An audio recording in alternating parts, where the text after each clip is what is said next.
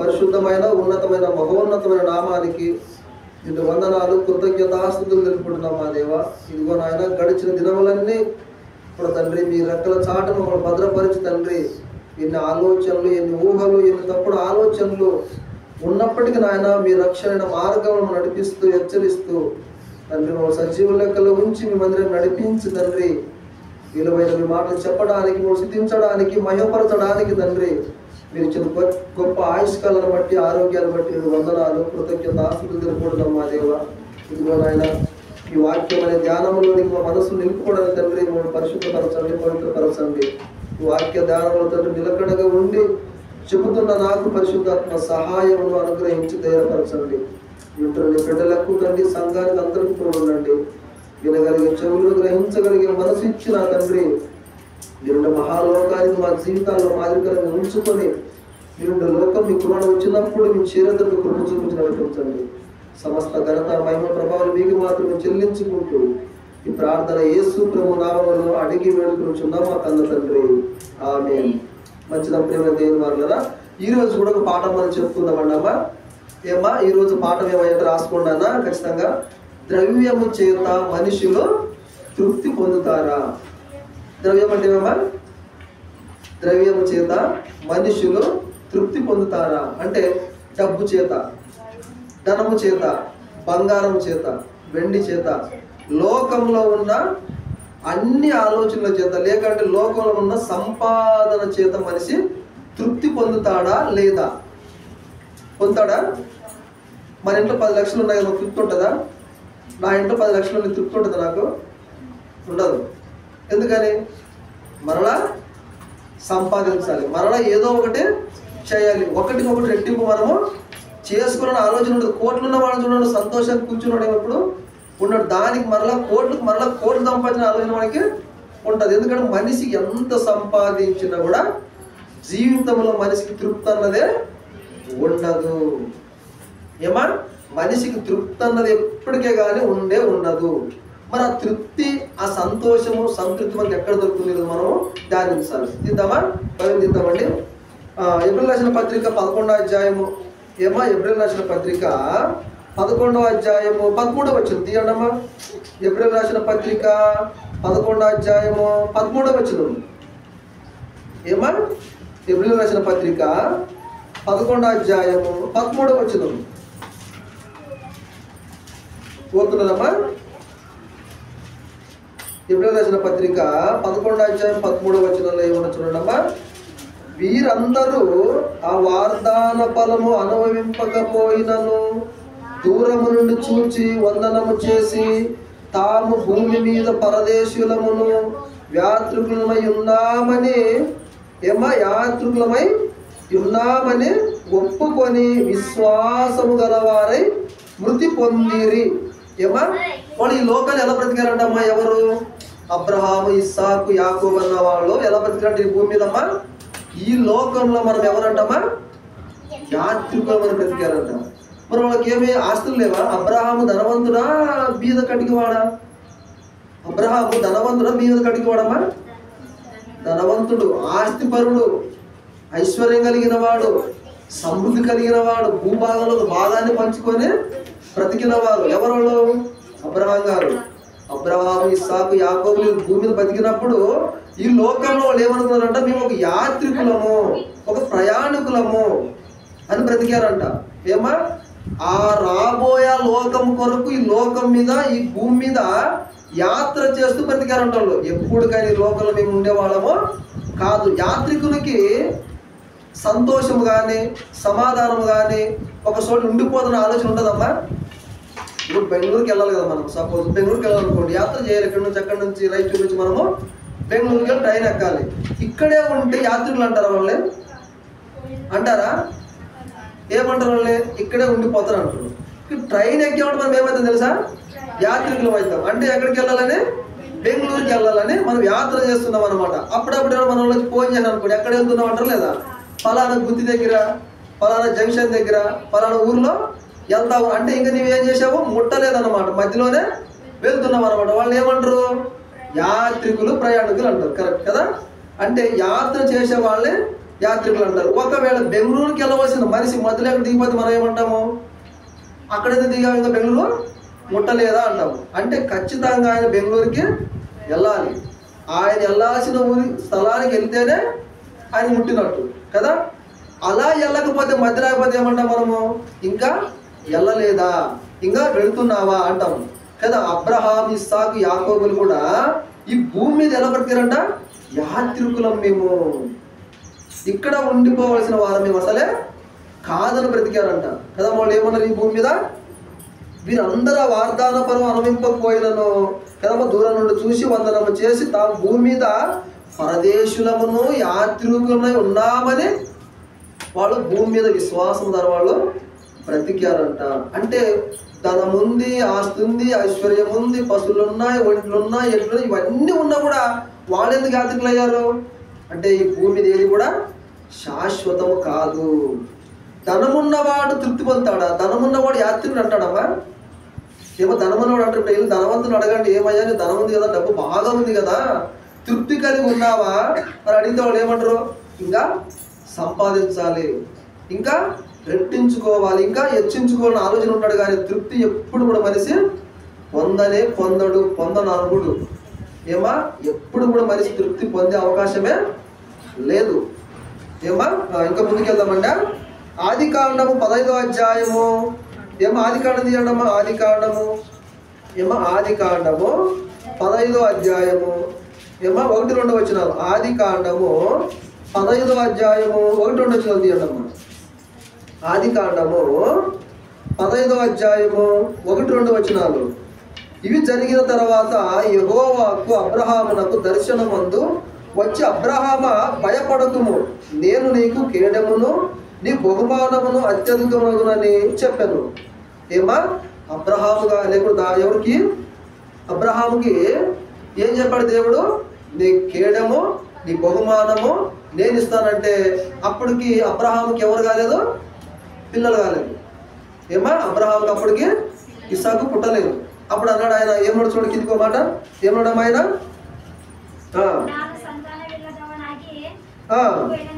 నేను సంతానము లేనివాడనై పోవచ్చున్నానే, దమస్కు ఎలియాజరు నా ఇంటి ఆస్తికర్తలు అవుతురు కదా. ఏమా ఆయన ఏమన్నాడు? నీకు సమృద్ధిని ఇస్తాను నాయన, నీకు ఆస్తి ఉంది, భయపడకు, నేనే నీ కేడమును బహుమానం దేవుడు చెప్తా ఉంటే నీవేమిచ్చినా ఏం ప్రభువా, నాకు సంతానము లేదని బాధపడుచున్నాడు. ఎవరు? అబ్రహాం గారు. ఎక్కడ? ఆది కాండంలో అబ్రహాం గారికి 15వ అధ్యాయంలో ఇంకా సంతానం కలగలేనప్పుడు బాధపడుచున్నాడు. ఏమా ఏమిచ్చినా ఏమి, నాకు ఆస్తి ఉంటే ఏమి, అంతస్తు ఉంటే నేను సంతానం లేని వాడిని ఆయన బాధపడ్డాడు. ఏమా ఈరోజు సంతానం ఒకవేళ ఇచ్చాడు కదా, కొంతమంది సంతానం ఇస్తారు కదా దేవుడు కూడా, ఆయన తృప్తి ఉంటుంది వాళ్ళకి. పిల్లలు లేని వారికి పిల్ల కలగగా నీకు సార్లు ఆయన బతారా, వాళ్ళకి ఏదో కూడా పెట్టాలి, వాళ్ళకి ఏదో ఆస్తి కూడా పెట్టాలి, వాళ్ళకి ఏదో ఇల్లు కొనాలి, లేదా ఇల్లు కట్టించాలి, భూమిని కొనాలి, వాళ్ళు కష్టపడకూడదు నాలాగా, వాళ్ళకి ఏదో సంపాదించాలి. అయినా కూడా ఇక్కడ తృప్తి ఉంది ఆయనకి. ఇప్పుడు అబ్రహాం గారికి ఫస్ట్ అన్నాడు ఆయన, ఏమి ఇచ్చినాడే ప్రభు, నాకు సంతానం లేదు, వేరే వాళ్ళు నాకు నా ఆస్తి కర్తలు అబ్రహాం అంటుంటే నీవు భయపడుకు నాయన, నీకు నేను సంతానం ఇస్తాను అన్నాడు. అవునా కదమ్మా? సంతానం ఇచ్చాడు, ఆస్తి ఉంది, అయినా కూడా అబ్రహాం గారికి ఏం లేదట, తృప్తి లేదు. అవునా కదమ్మా? తృప్తి లేదు అసలు. మనిషి జీవితంలో ఎవరికి కూడా తృప్తి అసలే ఉండదు, సంతృప్తి అస్సలు ఉండదు. ఏమో ఉన్నదాంతో సరిపెట్టుకుని మన జీవితంలో ఎవరు మనం ఉండేవాళ్ళం కాదు. మనం అంతా ఎలాంటి వారు తెలుసా? మన మనసు నిమ్మళం కలిగి శాంతిపర మనసులు కాదు. మన మనసు ఎలాంటిదంట?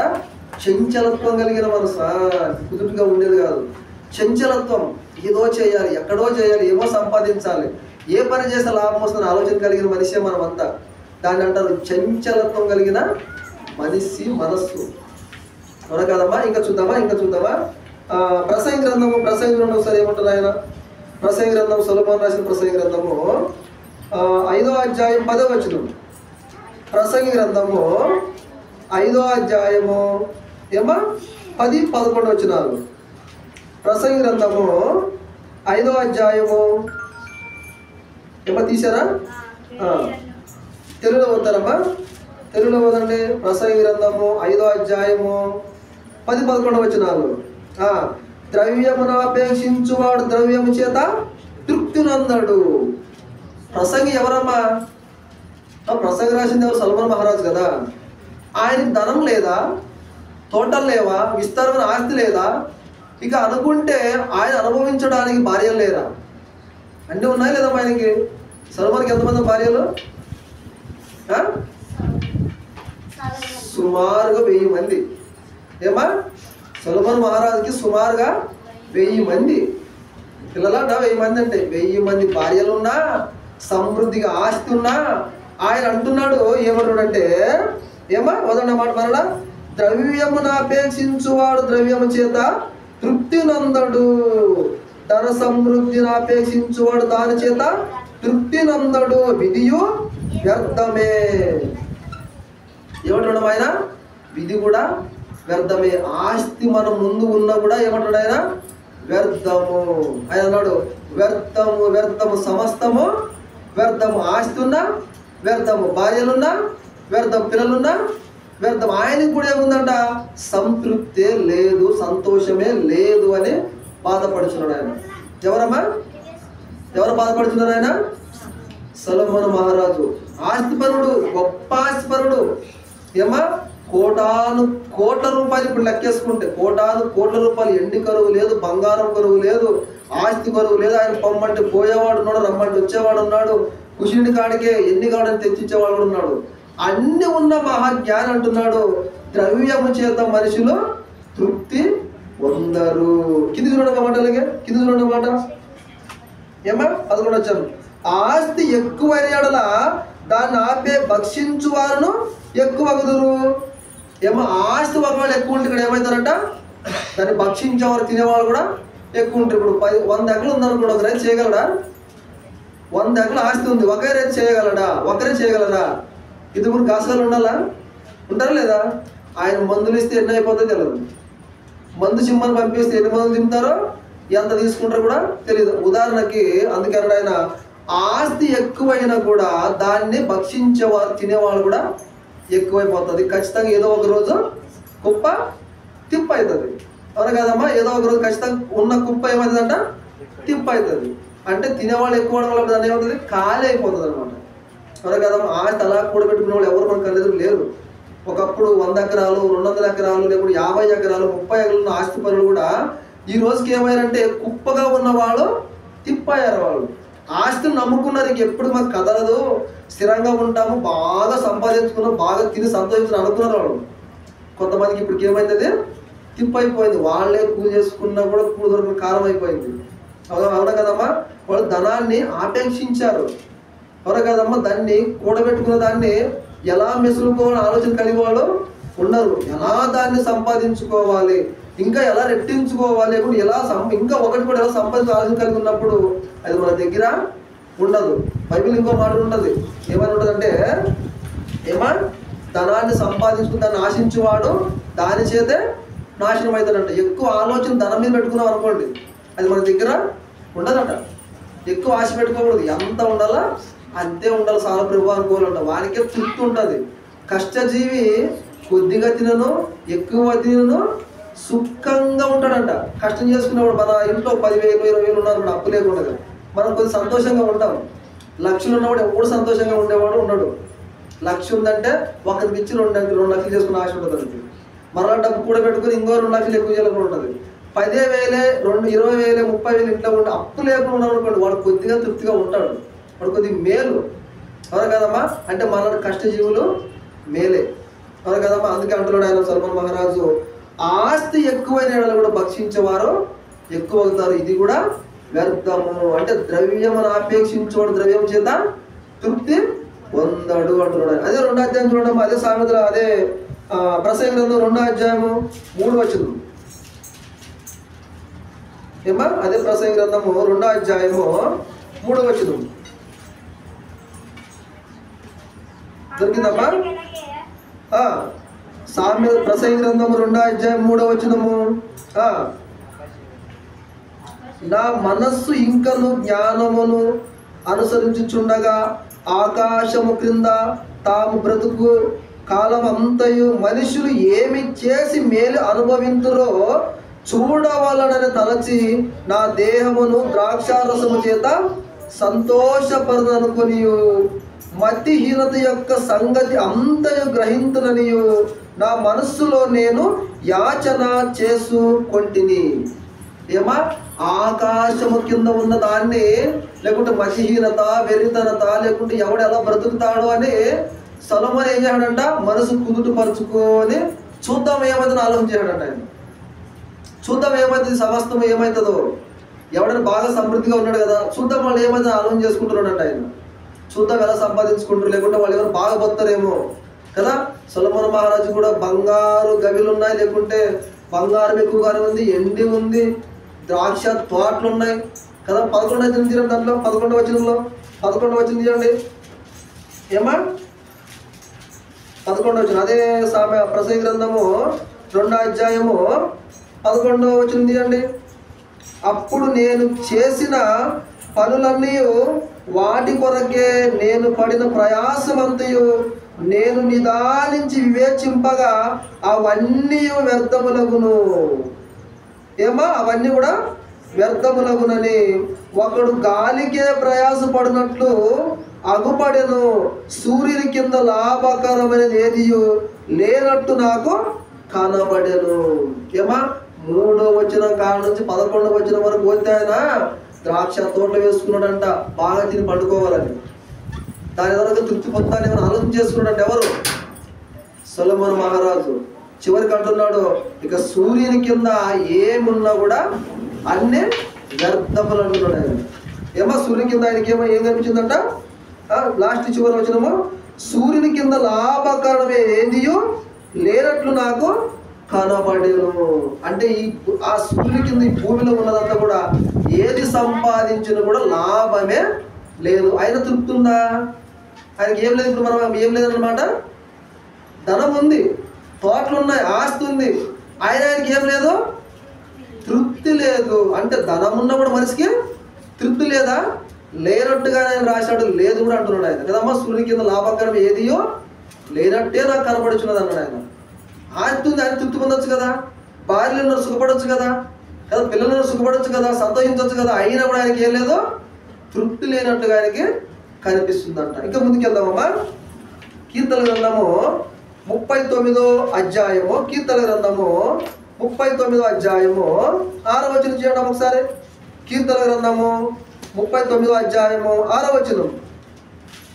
మనుషులు వట్టి నీడ వంటి వారే తిరుగులాడుదురు, వారు తొందరపడుట గాలికే కదా, వారు ధనము కూర్చుకొందురు గాని అది ఎవరికి చేజుక్కునో ఎవరికి తెలియదు.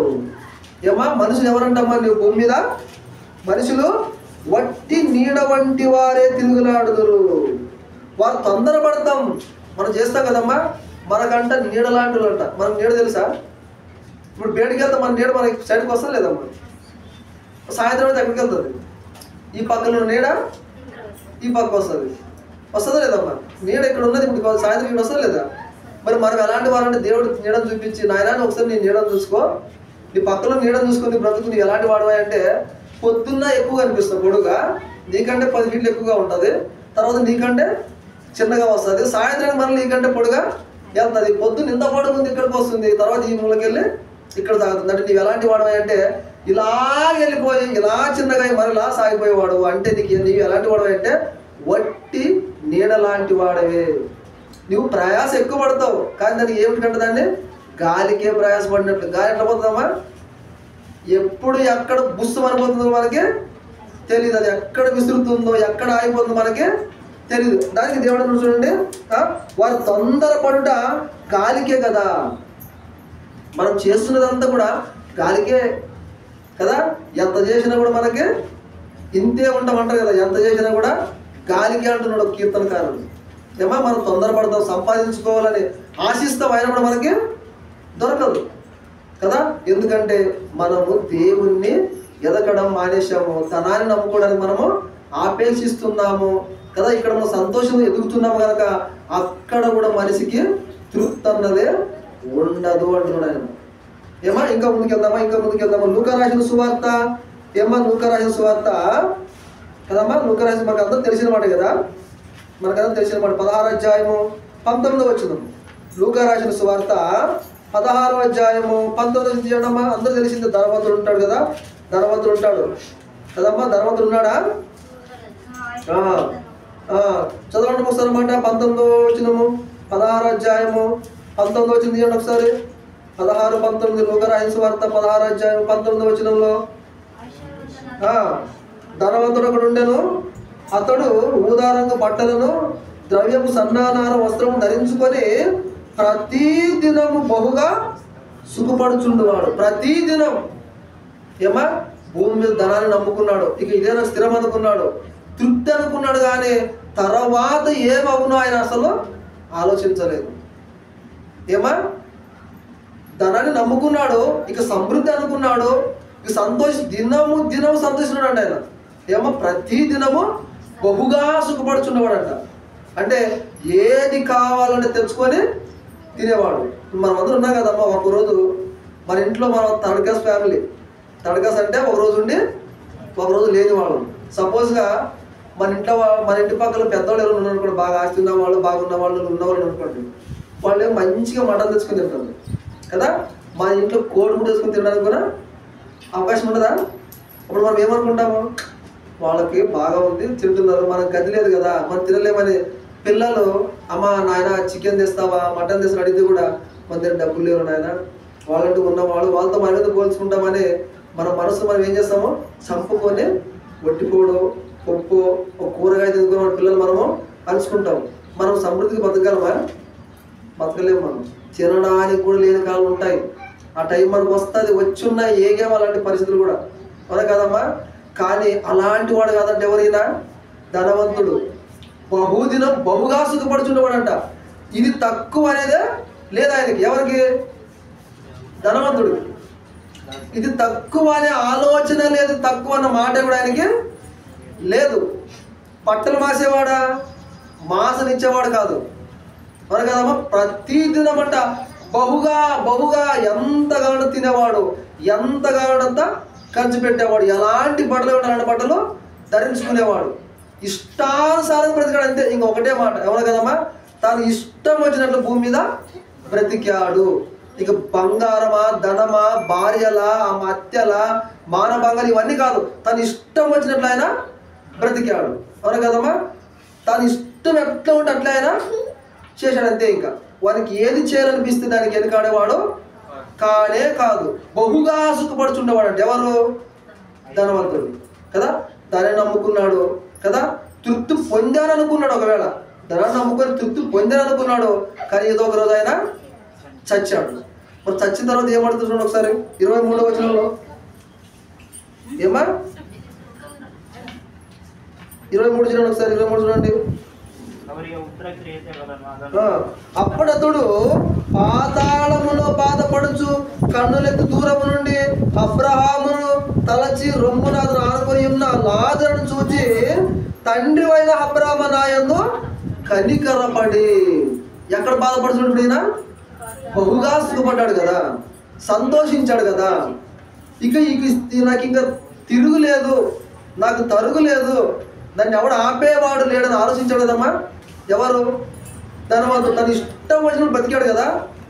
అప్పుడు చచ్చాడు కదా. చచ్చిన వరకు క్షణాన్న ఎవరు వేడుకుంటున్నాడు ఆయన? ఏమా ఎవరు వేడుకుంటున్నాడు ఆయన? అబ్రహాము వేడుకుంటున్నాడు.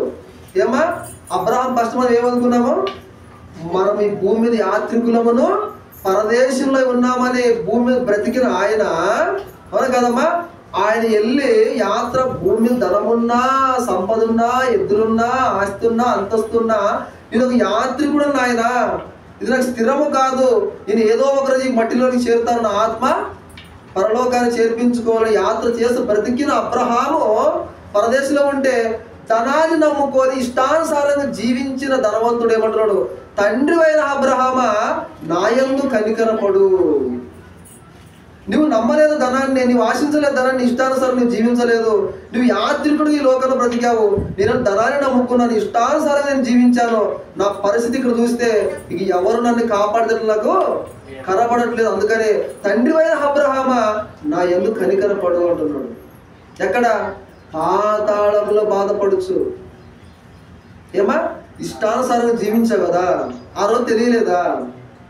ఆ రోజు నీ పక్కన లాజరు ఉన్నాడు కదా, దరిద్రుడికి ఎవరు అన్నం పెట్టేవారు రోజు పళ్ళ మీద నుంచి పడితా ఉండి చిన్న ముక్క తిని బ్రతికాడే. సాటి సోదరుడు ప్రేమించలేదు ధనవంతుడు. ఎవరు కదమ్మా? ప్రేమ అన్నది ఎనగనవాడు ధనవంతుడు. గుడ్డివాడిగా బ్రతికాడు. చెప్పాలంటే గుడ్డివాడిగా, కన్ను నుండి కూడా చూడలేని వాడిగా బ్రతికాడు. ఇష్టానుసారంగా బ్రతికాడు. ముందు వెళ్తున్నాడు అంతే, గొయ్యి ఉందా, ముండున్నాయా, పడతానా, లేస్తానన్న ఆలోచనే లేదు. ఎందుకంటే వాడికి ఏం నమ్ముకున్నాడు? ఆయన ధనాన్ని నమ్ముకున్నాడు. నమ్ముకొని ఏదో చచ్చాడు. చచ్చిన రోజు అంటున్నాడు, తండ్రివైన అబ్రహామా నా యందు కనికరపడు అంటున్నాడు. కనికరపడితే అప్పుడే రక్షించగలమమ్మా? వెళ్ళిన తర్వాత పాతాళానికి వెళ్ళిన తర్వాత రక్షించగలడానికి ఎవరైనా వస్తారా? భూమి ఇష్టానుసారం బ్రతికి ఆ రోజు లేదా? దేవుని నమ్మాలి, తెలుసుకోవాలి, నిజమైన దేవుడు ఎవరో తెలుసుకోవాలి, ఆయన ఏదైనా మనసు నిలపాలి, మారు మనసు పొందాలి, నా ఇష్టాలను విడిచిపెట్టి దేవుని హత్తుకోవాలి, ఆయన ఇష్టం ఏంటో నెరవేర్చాలి, ఆయన ఇష్టానుసారం జీవించి ఆయన పరలోకాన్ని చేయాలని ఆలోచనలు కలగలేదా? ఇలా చెప్పేవాళ్ళు లేరా? అప్పుడు కూడా ఎంతమంది చెప్పేవాళ్ళు ఉన్నారు. అయినా కూడా ఇష్టానుసారంగా సుఖం అనుభవించాడు ఆయన. అవునా కాదమ్మా? 30 వచనం చూడండి ఒకసారి. 30 వచనం, అదే 16 అధ్యాయం 30 వచనంలో, లూకాసు సువార్త 16 అధ్యాయం 30 వచనంలో, అతడు తండ్రివైన అబ్రహామా అలాగనవద్దు, మృతులలో నుండి ఒకడు తన యొద్దకు వెళ్ళిన యెడల వారు మారు మనసు పొందుదురని చెప్పాను. ఏమా? వాడికి ఎక్కడ జ్ఞానం వచ్చిందంట? ధనవంతుడికి ఎక్కడ జ్ఞానం వచ్చిందమ్మా తెలుసా? చచ్చి పాతాళంలో బాధపడుతుంటే నాకు 5-6 మంది అన్నదమ్ములు ఉన్నారు కదా, అక్కడికి మరి ఎవరు వెళ్ళమంటున్నాడు? ఈ మృతులను చచ్చిన వాడు లేచి అక్కడికి వెళ్ళాలంట. ఎవరి దగ్గరికి? వాళ్ళ అన్నోళ్ళ ఇంటికి వెళ్ళి, అమ్మా అన్న మీరు మారండి, ఇదిగో మీ తమ్ముడు బాధపడుచు ఇక్కడ చచ్చిపోతున్నాడు, మీరు కూడా అలాంటి చోటుకి వెళ్ళకూడదు, చూడు ఇక్కడ మారండి అని ఆయనకి చెప్పడానికి వెళ్ళాలంట. అలాగే కోరుకున్నాడు ఆయన కదా. అబ్రహాం అంటున్నాడు, మీ దగ్గర నుంచి మా దగ్గరికి, మా దగ్గర నుంచి మీ దగ్గరికి రావడానికి మీకు మాకు మధ్య మహా అగాధం ఉందని చెప్తుంటే, తండ్రివైన అబ్రహామా అలా మాత్రం అనవద్దా, ఈ బాధ భరించలేదు. ఒకవేళ లోకంలో ఉన్నారు, భూలోకంలో ఉన్నారు కదా, వాళ్ళు కూడా చస్తి లోకానికి వస్తారు, వాళ్ళ దగ్గరికి వెళ్ళి నీ మాట లేదో చెప్పి పంపించు. ఇక్కడ నేను బాధపడుచున్నాను కదా, ఇక్కడ నుంచి పంపించాలి. మళ్ళా ఎక్కడి నుంచి అంట? పాతాళ నుంచే పంపించాలంట. ఏమో అలాగనవద్దు ఆయన మరలా అన్నమాట. 30 వచనము, అతడు తండ్రివైన అబ్రహామా అలాగనవద్దు, మృతులలో నుండి ఒకడు వారి యొద్దకు వెళ్ళిన యెడల వారు మారు మనసు పొందుదని చెప్పాను. అమ్మా నీవు చచ్చిన వాడు లేచి అని చెప్తేనే నమ్ముతావా అని అంటున్నాడు ఇక్కడ. వాడికి ఎంత జ్ఞానం తెలుసా? ధనవంతుడు అజ్ఞానంగా బతకలేదు, ఇష్టానుసారం బ్రతికాడు అంతే కదా. ఆ జ్ఞానమే లేకుంటే పాతాళంలో అలా అడిగేవాడా? తండ్రివైన అబ్రహామా అలాగ అనద్దయ్యా, నువ్వేం పాతాళానికి వచ్చేస్తారు ఇష్టానుసారం బతికిన అనద్దు. ఈ మృతుల్లో నుండి ఒకరు పంపించు వాళ్ళ దగ్గరికి, మానవుల దగ్గరికి వెళ్ళి వాళ్ళు చెప్తారు, చస్తే పాతాళంలో బాధపడతావు చూడు, నీ ఇష్టానుసారం జీవిస్తే నీకు ఉండే నరకం చూడని చెప్పి వాళ్ళ దగ్గరికి వాళ్ళ గల మారు మనసు పొందుతారేమో అని మంచి జ్ఞానం మాటని చెప్తున్నాడు. ఎవరు? ధనవంతుడు. నీ బ్రతికినప్పుడు తెలీదా? నీ ఇష్టానుసారం జీవించినప్పుడు ఒకవేళ నా ఇష్టమైన బ్రతికితే చస్తాను ఏదో ఒక రోజు, ఆ పాతాళానికి వెళ్తాను ఆలోచన తెలీదా? ఏమా చాలా మందికి ఇలాంటి వాక్యాలు చెప్పినా కూడా బుర్రకి ఎక్కవు. ఇడండ్రా తప్పుడు పనులు అంటే కూడా ఏం కాదు, దేవుడు కదా క్షమిస్తాడు అనుకుంటా ఉంటాను. ప్రతిదాన్ని క్షమిస్తాడు ఆయన. ప్రతిదాన్ని తెలియజేసిన దాన్ని క్షమిస్తాడా? పెద్దలు ఉదాహరణకు అంటారు కదా, ఒకసారి 2 సార్లు తప్పు చేసాడులే వదిలే, ఇంకోసారి చేస్తే నేనే చూసుకుంటా, లేకుంటే వాళ్ళు ఏం కావాలనేది చేసుకుంటాం. మరి తెలిస్తే తప్పు చేసి దేవుడు ఎన్నిసార్లు క్షమించాలి? ఇక్కడ దేవుడికి ఒకటే పేరు పెట్టేద్దామా? క్షమాపణ కలిగిన దేవుడిని ఒకటే పేరు పెట్టేద్దామా? అంతేనా? మా దేవునికి అదొక పేరేనా? దహించు అగ్ని అన్నాడు ఆయన. అవునా కదమ్మా? దహించు అగ్ని కాల్చేస్తాడంట. ఎవరు మన శిక్ష విధించేది? మరణించి తిరిగి లేచిన యేసుక్రీస్తే. మన శిక్ష గురించి చెప్పొద్దా? శిక్షిస్తాడు చూడు, చస్తావు చూడు, పాతాళానికి వెళ్తామంటే కొంతమంది ఊకోవయ్యా నువ్వు రక్షిస్తాడని చెప్పు, మా కుటుంబాలు బాధపడతాయని చెప్పు, దేవుడు నువ్వు కొడతాడంటావేంటి, పాతాళానికి వెళ్తాడంటావేంటి, కొంతమంది బాధపడుతూ ఉంటారు. తప్పు చేయగలిగానంటే బాధపడతారు, తప్పు చేసినా పర్లేదని దేవుడిని దీవిస్తారంటే మాత్రము సంతోషిస్తారు. పర్లేదు మంచి పాట అంటారు. అంటలేదమ్మా? మీ కుటుంబాలు చల్లగా ఉండాలి, తప్పు చేసినా పర్లేదు కదా. మీరు ఏ పాపం చేసినా పర్లేదు, మీరు బాగా వృద్ధి అవుతారు. మందిరానికి వచ్చి కాళ్ళ మాత్రం ఇవ్వండి అంటారు. అవును కదా. ఈ పాస్టర్ అలాంటి వాళ్ళకి ఈ పాస్టర్ చాలా మంచి ఉంటాయా, ఏం చేసినా ఒక్కనాడు కూడా మమ్మల్ని ఏమీ అనడు, అలా చూసుకుంటూ వెళ్ళిపోతూ ఉంటాడు. అంటారు లేదా? కొంతమందికి ఇలాంటి వాళ్ళని వస్తారు. ఇది తప్పు, ఇది ఒప్పు. నువ్వు ఇలా బ్రతికితే నరకానికి పోతారు నాయన.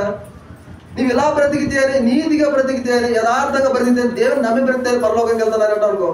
ఎవరికో ఎంతమంది నమ్మారు కానీ అందరూ టమాటా పడిపోయారు అంటూ ఉంటారు. నీ ఇష్టం అంటావు అంతే. బైబిల్ పట్టుకున్నావు, నీ ఇష్టం ఆయన చెప్పమన్నాడు, చెప్పాము. మనసు ఉంది కదా, విన్నావు. మారుతావా? మారవా? ఇంతే బైబిల్లో ఉన్నది. మారు మనసు కలిగిన వాక్యాలు చెప్పండి. నమ్మి బాప్తీసం పొందినవాడు, నీతిగా నడుచుకున్నవాడు రక్షింపబడతాడు. నమ్మని వారికి శిక్ష విధింపబడుతుంది. నేను బతిమాలి నేను చేస్తున్న తప్పుడు పనులు కల్లా ఆయన చేతులు పట్టుకుని ఇంకొని వచ్చి బ్రతుకు బాగా అంటే బతుకుతాడా? నీ మనసు నీ ఆధీనంలో ఉంది. ఒకవేళ ఇదే మనసే కానీ దేవుని చేతిలో ఉన్న ఒక్క క్షణంలో ప్రపంచాన్ని మార్చేసేవాడు. మన స్వచ్ఛ మనకు దేవుడు ఇచ్చాడు కనుకనే మన ఇష్టానుసారంగా మనము బ్రతుకుచున్నాం. అందుకే ధనవంతుడు కూడా భూమి మీద తన ఇష్టానుసారంగా సుఖాన్ని అనుభవించాడు. 24 వచనం చూడండి అన్నమాట. 24 వచనాలు అంటాడు ఆయన.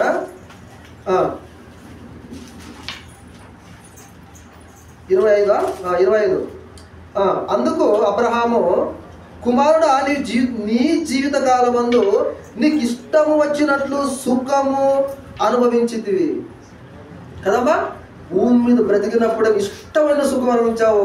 చచ్చిన తర్వాత ఏమో రక్షించడానికి, ప్రకటించడానికి, మారుమనసు కలిగించడానికి వెళ్ళి చెప్పమంటున్నావు. ఇది న్యాయమా? మరి కదమ్మా. చచ్చిన వారి దగ్గర నుంచి మరి మృతుల్లో నుంచి ఒకడు వెళ్ళి చెబితేనే నమ్ముతాడంట. మరి కదమ్మా. అంటే వాడికి ఏం కావాలి? సూచక్రియ కావాలి కదా.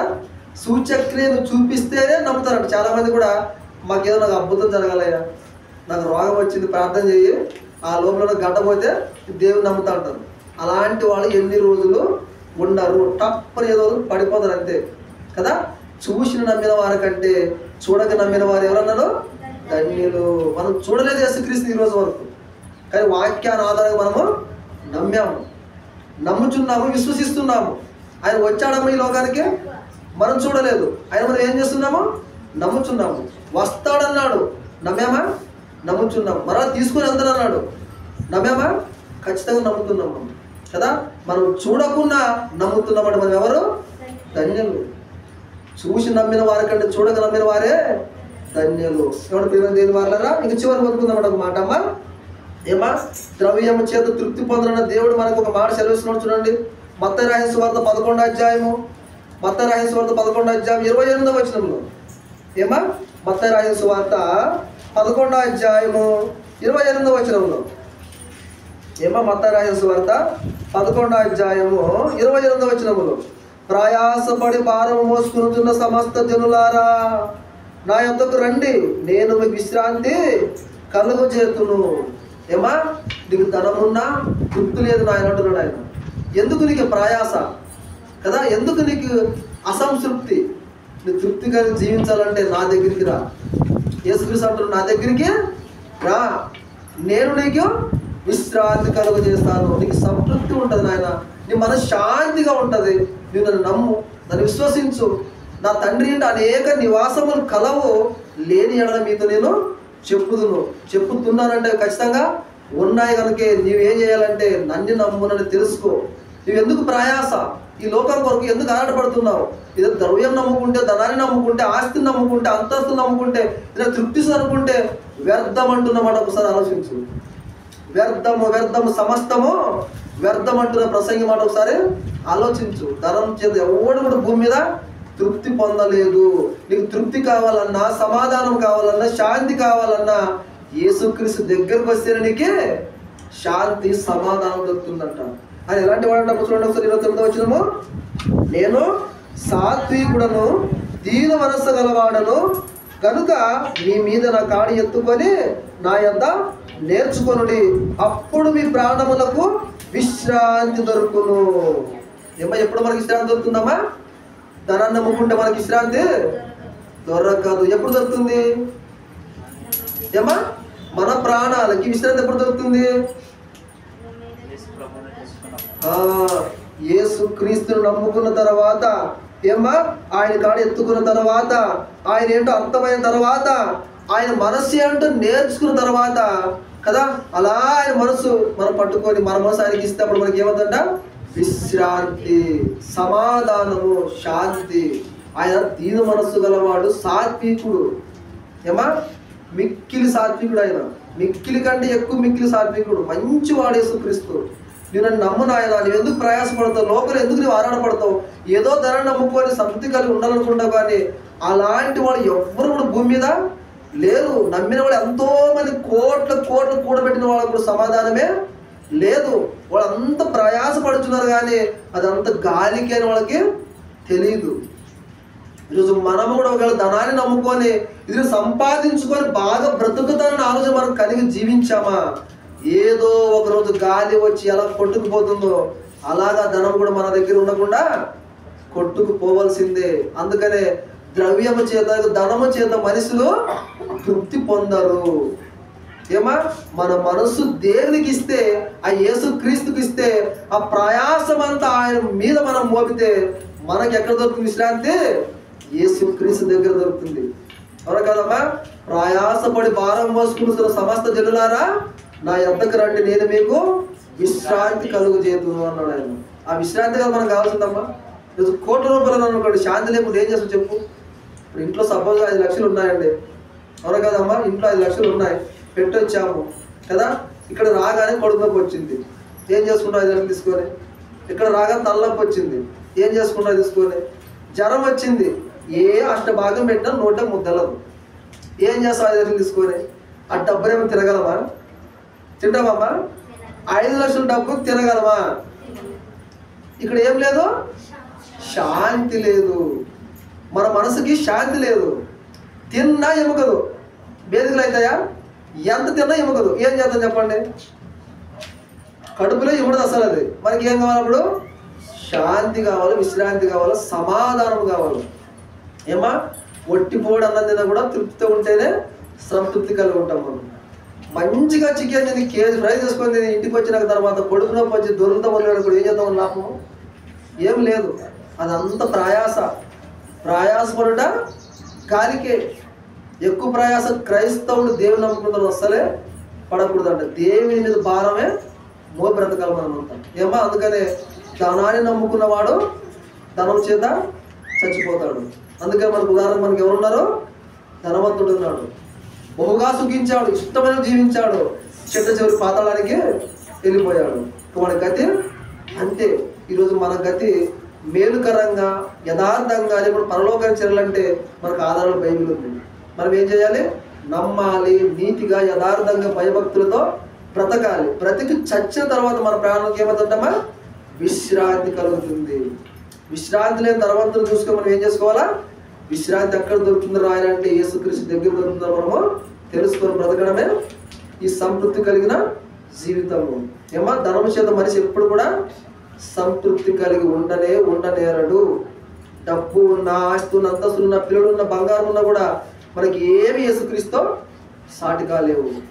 ఏమా మనం యేసుక్రీస్తుని నమ్ముకున్న తర్వాత, నమ్ముకున్న వెలుగుడు నమ్ముకుంటే మన ప్రాణాలకు విశ్రాంతి దొరుకుతుందని నమ్ముకోవాలి తప్ప ఆస్తి వస్తుందని, అంతస్తు వస్తుందని, సుఖంగా బ్రతకొచ్చని కదా, నిన్ను కట్టొచ్చని నమ్మేమనుకోండి, ఆ పనులు చేసుకుంటూ చస్తాం. ఏదో ఒక రోజు లాభం ఉండదు. ఏది ఉన్నా ఏది లేకున్నా నా యేసు నాకు ఉంటే చాలు కదా, నా ప్రభు నాకు ఉంటే చాలు, నాకు పరలోకం వస్తే చాలు ప్రభువా, నా ఆత్మ రక్షింపబడితే చాలు ప్రభు అనుకున్న వాళ్ళే సంతృప్తి కలిగి ఉంటారు, తృప్తి కలిగి ఉంటారు. మన ప్రాణం కూడా విశ్రాంతి కలిగి ఉంటారు. ఏమో ఇలాంటి జీవితం మనం అందరూ కలిగి ఉండాలి. ఏమా విన్న వాక్యాన్ని కన్నుతో కాదు, చెవుతో కాదు, హృదయంలోనే పెట్టుకోవాలి. ఏమో మరలా వచ్చినప్పుడు ఖచ్చితంగా మిమ్మల్ని హెచ్చరించి మాటలు పురిపొల్పాలి. మీరు నేర్చుకోవాలి, ధ్యానించాలి. ఏమో మరలా ఎప్పుడు వచ్చిన మాటలు మరలా మిమ్మల్ని ఖచ్చితంగా అడుగుతుంది. ఏం ధ్యాస పెట్టుకోవాలి చెప్పండి? ద్రవ్యము చేత మనుషులు తృప్తి పొందారు. ఎక్కడ తృప్తి అవుతుంది ఆయనకి? యేసుక్రీస్తు దగ్గర. మన ప్రయాసం అంతా కూడా ఎవరి మీద ఏమన్నాయినా? యేసుక్రీస్తు మీద. దేవా నీవున్నావు ప్రభు, నాకు ఎదుర్కొన్న ముందున నీవే ఉన్నావు కదా అనుకున్నవాడే తృప్తి కలిగి ఉంటాడు. అలాంటి ప్రయాసం అంతా కూడా మనమంతా యేసుక్రీస్తు యేసు మనమంతా బ్రతకాలనేదే వాక్య భావం. ఓకేమ్మా? ప్రార్థన చేసుకుంటాం. ప్రార్థన చేసుకుంటాం. కనిపిస్తుంది. మహోన్నతుడా, పరిశుద్ధుడా, ప్రేమగా తండ్రి, చెప్పగల దేవా, ఈ పరిశుద్ధమైన ఉన్నతమైన నామానికి 2 వందనాలు, కృతజ్ఞతలు తండ్రి. ఇదిగో నాయన ఈ లోకంలో మీ బ్రతికినంత కాలం తండ్రి ద్రవ్యం చేత సంపద చేత నాయన మనిషి తృప్తి పొందగలడా అంటే పొందలేమని మీ వాక్యం మాకు తెలుస్తుంది కదా తండ్రి. నువ్వు సంతృప్తి కలిగి జీవించాలన్నా, సమాధానం కలిగి జీవించాలన్నా మీ కుమారుడైన యేసుక్రీస్తు భారమంతా వేస్తూ దాని మన ప్రాణములు విశ్రాంతి దొరుకుతున్న మాట మీరు చెప్పిన మాట ప్రకారంగా జీవించగలిగే మనసు మాకు దయచేయండి ఆయన. ఈ లోకంలో ఎంతకాలం బ్రతుకుతామో మాకు తెలియదు తండ్రి. మా జీవితం ఎంతలో కనబడి అందులో మాయమై ఆవిరి వంటి జీవితం అన్నారు కదా తండ్రి. మీ ప్రయాసం పడి బ్రతుకుతున్న దినములన్నీ కూడా తండ్రి నీడలాంటి జీవితాలు అన్నారు కదా తండ్రి. ఇదిగో నాయన నీడలాంటి ఆయువు కలిగిన మా జీవితాల్లో గాలికే ప్రయాసపడేంతగా ఉన్న మా జీవితాలు తండ్రి. ఈ జీవితం మేలుకరంగా ఉండాలంటే, ఈ జీవితంలో ఉన్నంత కాలం ఆత్మ రక్షింపబడాలంటే మీ కుమారుడు యేసుక్రీస్తులకు మాదిరి కదా తండ్రి. ఆ జీవితాన్ని అన్వయించుకుంటూ మా జీవితాల్లో చెడును దూరంగా ఉంచుకుంటూ మంచిని అత్తుకుంటూ నీతిగానో యథార్థంగానో భయభక్తులతోటి విశ్వాసంతోటి మీ పైన నమ్మకంతో మా జీవితాన్ని ముగించుకుని తండ్రి మీరు మహాపర్వకాన్ని చేరగలిగే భాగ్యం ప్రసాదించండి. సంఘాన్ని, సంఘ కాపరిని, పెద్దలు, సంఘ పెద్దలు, స్త్రీలను, పిల్లలు ప్రతి ఒక్కరిని దీవించండి ఆయన. మీ కృప, మీ కరుణ కటాక్షం వచ్చాను కన్నా తండ్రి. ఎవరికైతే ఎలాంటి ఇబ్బందులు, ఎలాంటి బాధలు ఉన్నాయో తండ్రి సమస్తం తండ్రి మీరే నాయన. సమస్తం మీకు తేటగా తెలిసి వారు కన్నా తండ్రి. సమస్తం ఎదిగిన దేవ మా మనోనేత్రం వెలిగించి మీ కొరకు ఆలోచించే మనసు మా ప్రసాదించండి. ఈ దయా కరుణ కటాక్షం మా పిల్లల పట్ల, మా కుటుంబాల పట్ల, ప్రతి ఒక్కరి పట్ల నుంచి నడిపించి కరుణ చూపు రక్షించే మార్గం నడిపించమని కృపతో జ్ఞాపకం చేసుకున్న తండ్రి అని ప్రార్థన మా ప్రభువు మీ ప్రియకుమారుడైన యేసు క్రీస్తు అత్యంతమైన ఉన్నతమైన నామములో మీకు సమర్పించుకుంటూ అడిగి వేడుకుంటున్నాం అక్కన్న తండ్రి. ఆమేన్. అందరికీ